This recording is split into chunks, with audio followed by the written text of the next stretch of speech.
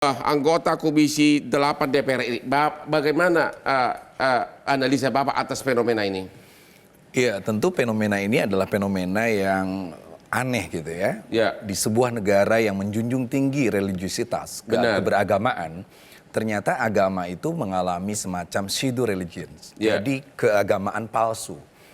Misalnya, kita lihat bagaimana relasi antara orang tua dengan anak itu terlalu didominasi bahwa anak harus patuh kepada orang tua.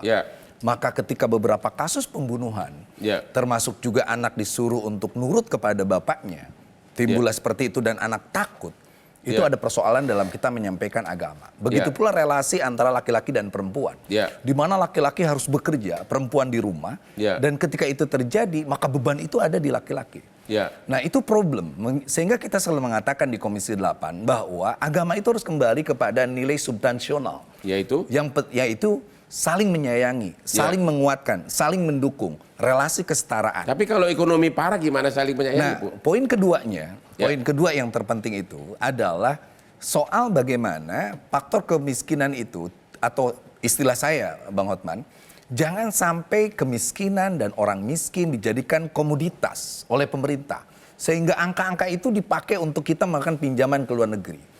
Tidak dicari misalnya bagaimana cara mengentaskan kemiskinan.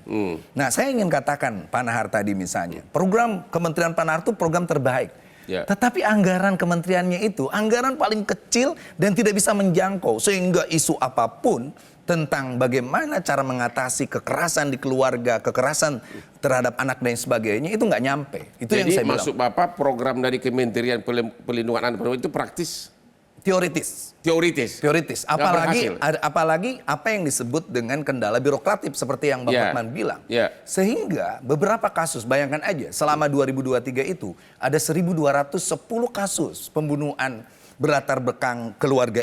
Berapa kasus? 1.200. Pembunuhan? Iya. Dilakukan oleh orang-orang terdekat. Hanya pembunuhan 1.200 kasus? Iya, dan ini bahaya menurut saya. Nah, poin ketiga menurut saya yang terpenting adalah ini soal pola interaksi antar keluarga dan juga interaksi dengan masyarakat sekitar.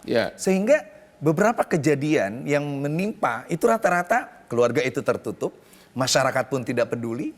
Termasuk saya bertanya misalnya, apakah berita-berita tentang pembunuhan ayah pada anaknya, anak terhadap ayahnya, ibu terhadap anaknya, itu ada unsur edukasi atau justru menginspirasi orang yang tertekan pinjol, yang tertekan ekonomi, melakukan hal yang sama? Tapi kan pemberitaan nggak bisa dicegah. Ya, tetapi media pun harus melakukan edukasi.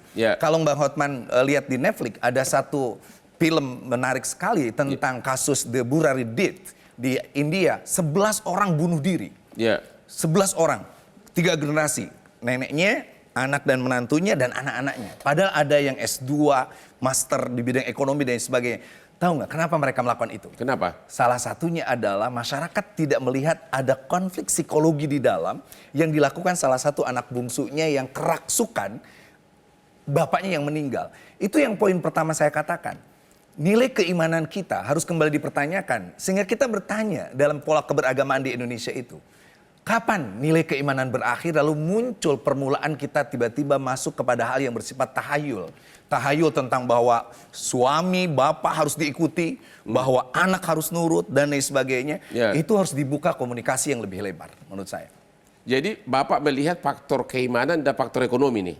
Faktor keimanan, ekonomi, dan juga kita meminta pemerintah untuk lebih serius soal perlindungan terhadap perempuan dan juga anak ini. Salah satunya grade terhadap kementeriannya Pak Nahar ini. Terima kasih. Pak Ahmad. Jelajahi cara baru mendapatkan informasi. Download Metro TV Extend sekarang.